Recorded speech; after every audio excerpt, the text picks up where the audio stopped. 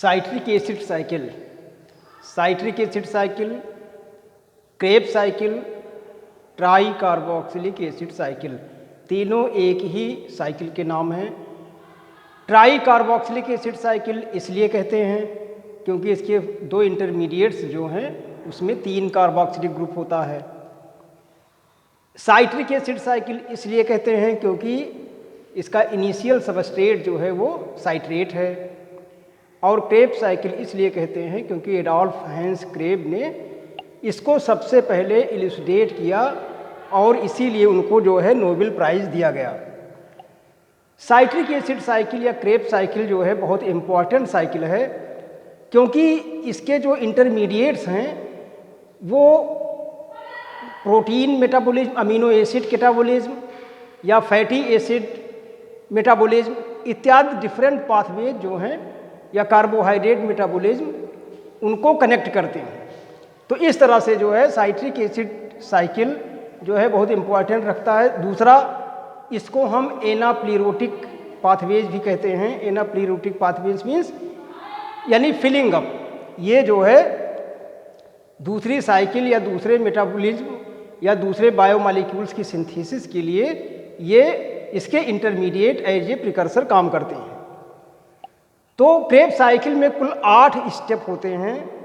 एक स्टेप इसमें एक्स्ट्रा होता है लेकिन उसको काउंट नहीं किया जाता है और इससे जो है काफ़ी मात्रा में एनर्जी मिलती है रिड्यूसिंग पावर के रूप में। डायरेक्टली तो इसमें केवल एक जीटीपी का फॉर्मेशन होता है और वो जीटीपी जो है न्यूक्लियोटाइड या न्यूक्लियोसाइड फॉस्फेटेज से जो है एटीपी में कन्वर्ट हो जाता है। लेकिन इनडायरेक्टली ये काफ़ी मात्रा में रिड्यूसिंग पावर देता है जिसमें 3 NADH और 1 FADH2 जो है ये इलेक्ट्रॉन ट्रांसपोर्ट के थ्रू और ऑक्सीडेटिव फास्फोरिलेशन के उससे एटीपी जनरेट करते हैं। तो साइट्रिक एसिड साइकिल की स्टार्टिंग होती है साइट्रेट की सिंथेसिस से। एसिटिल कोएंजाइम हमको मिलता है पायरुविक एसिड के डिहाइड्रोजनेशन से। एंजाइम होता है पायरुवेट डिहाइड्रोजनेज कॉम्प्लेक्स और जब पायरुविक एसिड बन जाता है तो चूँकि ग्लाइकोलिसिस जो है साइटोप्लाज्म में होती है वहाँ से पायरुवेट जो है ट्रांसपोर्ट होकर के माइटोकॉन्ड्रियल मैट्रिक्स में जाता है और पायरुवेट का डिहाइड्रोजनेशन जो है वो माइटोकॉन्ड्रिया में होता है। तो एसिटिल कोएंजाइम जो जनरेट होगा वो माइटोकॉन्ड्रिया में जनरेट होगा और क्रेब साइकिल भी जो है वो माइटोकॉन्ड्रिया में होती है।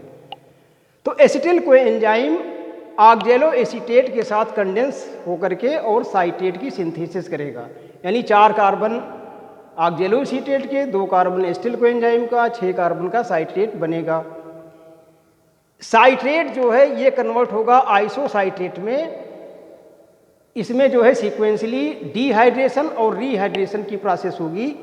इसमें एक इंटरमीडिएट और बनता है जिसको हम कहते हैं एकोनिटेट, यानी साइट्रेट से आइसोसाइट्रेट के बनने के बीच में एक अनस्टेबल एकोनिटेट बनता है, सिस एकोनिटेट, और उसके बाद वो फर्दर कन्वर्ट होता है आइसोसाइट्रेट में। इस स्टेप को कैटालाइज करता है एंजाइम एकोनिटेज, यानी ये दोनों जो स्टेप हैं इसमें एकोनिटेज ही जो है इसको कैटालाइज करता है। आइसोसाइट्रेट जो है ये कन्वर्ट होता है अल्फा कीटोग्लूटारेट में बाय द एंजाइम आइसोसाइट्रेट डिहाइड्रोजनेज। यहाँ पर NAD एज ए कोएंजाइम काम करता है और ये इलेक्ट्रॉन एक्सेप्ट करके रिड्यूसिंग पावर जनरेट करता है NADH के फॉर्म में। तो आइसोसाइट्रेट डिहाइड्रोजनेज ये जो है NADH को भी जनरेट करता है जो आगे चलकर ATP बनाएगा। अल्फा कीटोग्लूटारेट ये कन्वर्ट होता है सक्सिनिल कोएंजाइम में by the enzyme alpha ketoglutarate dehydrogenase. ये भी एक मल्टी एंजाइम कॉम्प्लेक्स है और करीब 3 रिएक्शन के बाद जो है ये सक्सिनिल कोएंजाइम में कन्वर्ट होता है। अल्फा कीटोग्लूटारेट डिहाइड्रोजनेज भी जो है ये रिड्यूसिंग पावर जनरेट करता है, NAD कन्वर्ट होता है NADH में। अल्फा कीटोग्लूटारेट डिहाइड्रोजनेज NAD के अलावा लिपोइक एसिड भी इसमें कोएंजाइम के रूप में पाया जाता है और लिपोइक एसिड में SH ग्रुप होता है जिसकी वजह से ये आर्सेनिक की प्रेजेंस में ये एंजाइम इनएक्टिव हो जाता है और आर्सेनिक पॉइजनिंग के लिए ये सेंसिटिव है। सक्सिनिल कोएंजाइम ये कन्वर्ट होता है सक्सीनेट में, एंजाइम होता है सक्सीनेट सिंथेटेज। तो ये एंजाइम जो है यहाँ पर एक जीटीपी जनरेट होता है और ये जीटीपी एडीपी के साथ मिलकर एटीपी फाइनली एक एटीपी को जनरेट कर देता है। सक्सीनेट जो है ये कन्वर्ट होता है फ्यूमरेट में, एंजाइम है सक्सीनेट डीहाइड्रोजनेज। ये एक इकलौता एंजाइम है क्रेब्स साइकिल का जो FAD as a coenzyme require करता है और जनरेट करता है FADH2। सक्सीनेट डीहाइड्रोजनेज की एक खास बात ये भी है कि ये जितने भी एंजाइम क्रेब्स साइकिल के हैं ये सब मैट्रिक्स में पाए जाते हैं, माइटोकॉन्ड्रिया के मैट्रिक्स में होते हैं, लेकिन सक्सीनेट डीहाइड्रोजनेज ये मेम्ब्रेन बाउंड है, यानी succinate dehydrogenase inner mitochondrial membrane से बाउंड रहता है और इसका रोल इलेक्ट्रॉन ट्रांसपोर्ट चेन में भी हम आगे देखेंगे। फ्यूमरेट जो है वो मैलेट में कन्वर्ट हो जाता है बाय द एंजाइम फ्यूमरेज और मैलेट कन्वर्ट होता है ऑक्जेलो एसीटेट में by the enzyme malate dehydrogenase. इस स्टेप में हमको एक रिड्यूसिंग पावर NADH के रूप में और मिलती है, यानी NAD जो है वो रिड्यूस होकर के NADH बनाता है। तो इस तरह से ये साइकिल चलती रहती है, लेकिन कोई ज़रूरी नहीं कि इसके जो इंटरमीडिएट्स बन रहे हैं वो केवल सिंगल स्टेप को ही फॉलो करें, वो किसी दूसरे मॉलिक्यूल की सिंथेसिस में भी यहाँ से निकल सकते हैं। तो इसलिए जो है क्रेब्स साइकिल एनाप्लीरोटिक रिएक्शन कही जाती है, क्योंकि तमाम बायोकेमिकल साइकिल्स जो है इससे जुड़ी हुई होती हैं। इसीलिए हम इसको एम्फीबोलिक पाथवे कहते हैं। एम्फीबोलिक पाथवे मीन्स कि ये प्रोसेस दिखती है कैटाबोलिक पाथवे, यानी इसमें एनर्जी जनरेट होती है, लेकिन इसके जो इंटरमीडिएट्स हैं वो किसी मॉलिक्यूल के सिंथेसिस में काम आते हैं, यानी वो एनाबोलिकली जो है एडवांटेजियस हैं। इसलिए इसको हम एम्फीबोलिक पाथवे कहते हैं, क्योंकि इसके इंटरमीडिएट सिंथेसिस में भी काम आते हैं। तो इस तरह से जो है ये साइट्रिक एसिड साइकिल कंप्लीट होती है। अब इसकी एनर्जी वैल्यू जो है वो डिपेंड करती है कि हमको इसमें क्या मिलता है। जैसे कुल मिला के ये देखा गया कि ग्लाइकोलिसिस, क्रेब्स साइकिल और ऑक्सीडेटिव फास्फोरिलेशन कुल मिला करके 38 ATP बनते हैं।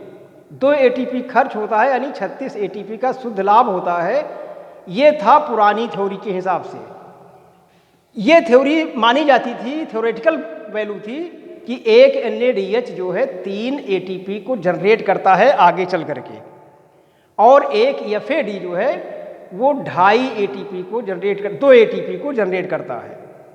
लेकिन जब इसकी एक्चुअल एनर्जी वैल्यू निकाली गई तो अब ये माना जाता है कि NAD जो है NADH वो केवल 2.5 ATP को जनरेट करता है और FAD वो 1.5 ATP यानी 1.5 ATP को जनरेट करता है।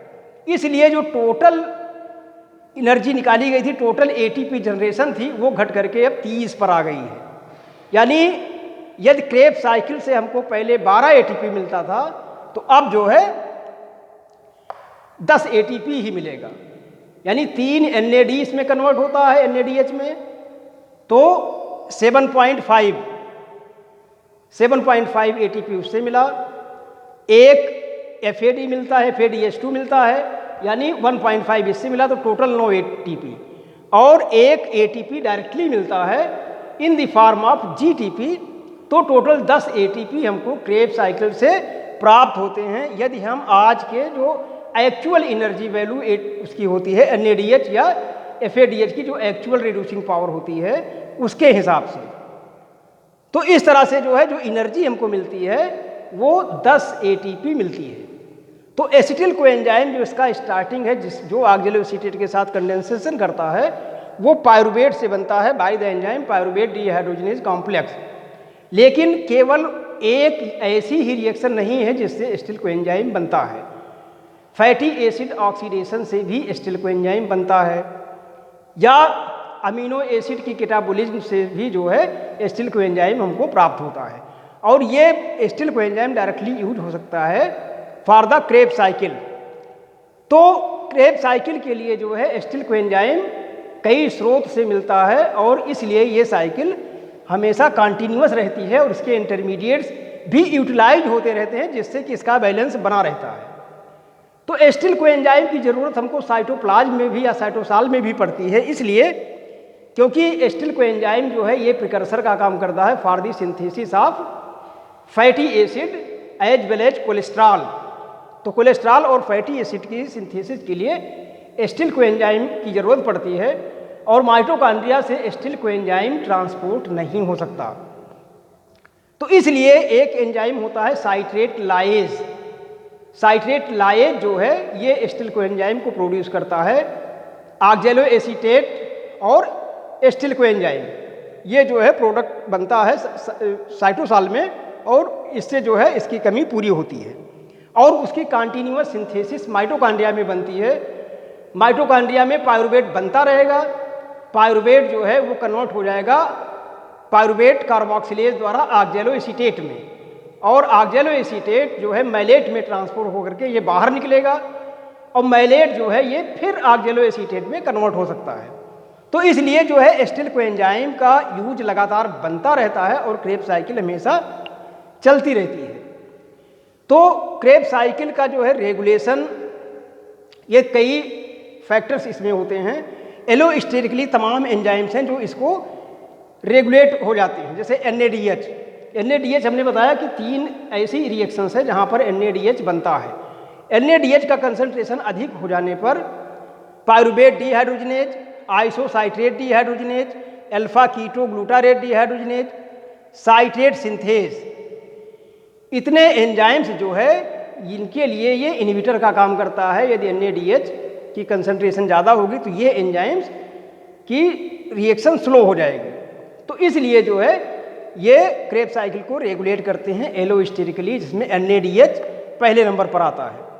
एस्टिल कोएंजाइम पायरुवेट डिहाइड्रोजनेज को रिएक्ट करता है, रोक सकता है, इनहिबिट करता है, और इसको हम फीडबैक इनहिबिशन भी कह सकते हैं, क्योंकि एस्टिल कोएंजाइम जो है वो पायरुवेट डिहाइड्रोजनेज कॉम्प्लेक्स से ही बनता है। सक्सिनिल कोएंजाइम जिससे बनता है, यानी अल्फा कीटो ग्लूटारेट डिहाइड्रोजनेज, उसकी एक्टिविटी को ब्लॉक कर देता है। ATP जो है साइटेट की सिंथेसिस को जो एंजाइम करता है, साइटेट सिंथेज, उसकी एक्टिविटी को रोकता है। इसके अलावा ग्लाइकोलिसिस का रेट भी जो है वो क्रेब्स साइकिल को डिटरमाइन करता है, जैसे फास्फोफ्रुक्टोकाइनेज, ये हमने बताया था कि ये रेट लिमिटिक एंजाइम है या पेस मेकर है ग्लाइकोलिसिस का। तो ग्लाइकोलिसिस का पेस मेकर है, इसलिए जो है साइट्रेट का कंसंट्रेशन ज़्यादा होगा तो फास्फोफ्रुक्टोकाइनेज की एक्टिविटी कम हो जाएगी, और उसकी एक्टिविटी कम होने की वजह से ग्लाइकोलिसिस भी स्लो हो जाएगा, और फर्दर जो है क्रेब्स साइकिल भी स्लो हो जाएगी। हार्मोनल रेगुलेशन, जैसा कि हमने बताया था, ग्लाइकोलिसिस को कंट्रोल करता है, तो उसकी वजह से जो है ग्लाइकोलिसिस कंट्रोल में रहेगी, तो वो कुमुलेटिव जो है रेगुलेशन हो जाएगा for the citric acid cycle. इसके अलावा कैल्शियम, ये भी देखा गया है कि कैल्शियम का लेवल यदि बढ़ता है तो साइट्रिक एसिड साइकिल के एंजाइम्स जो है वो एक्टिवेट होते हैं, और साइट्रिक एसिड साइकिल का रेट भी बढ़ जाता है। तो इस तरह से जो है साइट्रिक एसिड साइकिल का रेगुलेशन होता है। एनर्जी वैल्यू हमने बताया कि 10 ATP इसमें बनती है एक एस्टिल कोएंजाइम से। तो एस्टिल कोएंजाइम जो है फैटी एसिड ऑक्सीडेशन से भी बनता है। ये कोलेस्ट्रॉल और फैटी एसिड की बायोसिंथेसिस में भी काम आता है, और कोलेस्ट्रॉल जो है जैसा कि हमको पता है कि ये स्टेरॉयड हार्मोन के लिए प्रिकर्सर का काम करता है। तो इस तरह से जो है साइट्रिक एसिड साइकिल। इसके अलावा यदि हम देखें अल्फा कीटो ग्लूटारेट जो है ये अमीनो एसिड कैटाबोलिक पाथवेज का बहुत ही इंपॉर्टेंट फैक्टर है, और ये ट्रांसएमाइनेज यानी जो अमीनो ग्रुप का ट्रांसफ़र होता है, जितने भी अमीनो ट्रांसफरेज एंजाइम हैं वो अमीनो ग्रुप को जो है अल्फा कीटो ग्लूटारेट में जो है ट्रांसफ़र करते हैं, और ये कन्वर्ट हो जाता है ग्लूटामेट में। तो तमाम अमीनो एसिड्स की कैटाबोलिक प्रोसेस जो है वो ग्लूटामेट के थ्रू होती है, और जो बनता है अल्फा कीटो ग्लूटारेट से या अल्फा कीटो एसिड्स। तो ये सब जो है अमीनो एसिड कैटाबोलिज्म में भी रोल प्ले करते हैं। तो साइट्रिक एसिड साइकिल जो है एम्फीबोलिक पाथवे है, एनाप्लीरोटिक रिएक्शंस इसके अंदर होती हैं, और इसके अलावा जो है ये इंटरमीडिएट्स को प्रोवाइड करता है for the synthesis of the other biomolecules. तो 3 तरह से जो हम देखें कि यानी carbohydrate metabolism, amino acid metabolism और फैट्स मेटाबॉलिज्म, यानी तीनों इंपॉर्टेंट बायोमॉलिक्यूल्स में साइट्रिक एसिड साइकिल के इंटरमीडिएट्स किसी न किसी रूप में काम आते हैं। इसके अलावा न्यूक्लियोटाइड बायोसिंथेसिस में एस्पराजीन या ग्लूटामीन का यूज होता है और वो भी जो है इसी के इंटरमीडिएट के ट्रांसफॉर्मेशन से बनाए जाते हैं। तो इट मीन्स कि साइट्रिक एसिड साइकिल जो है ये तमाम मेटाबॉलिक पाथवे को इंटरकनेक्ट करता है।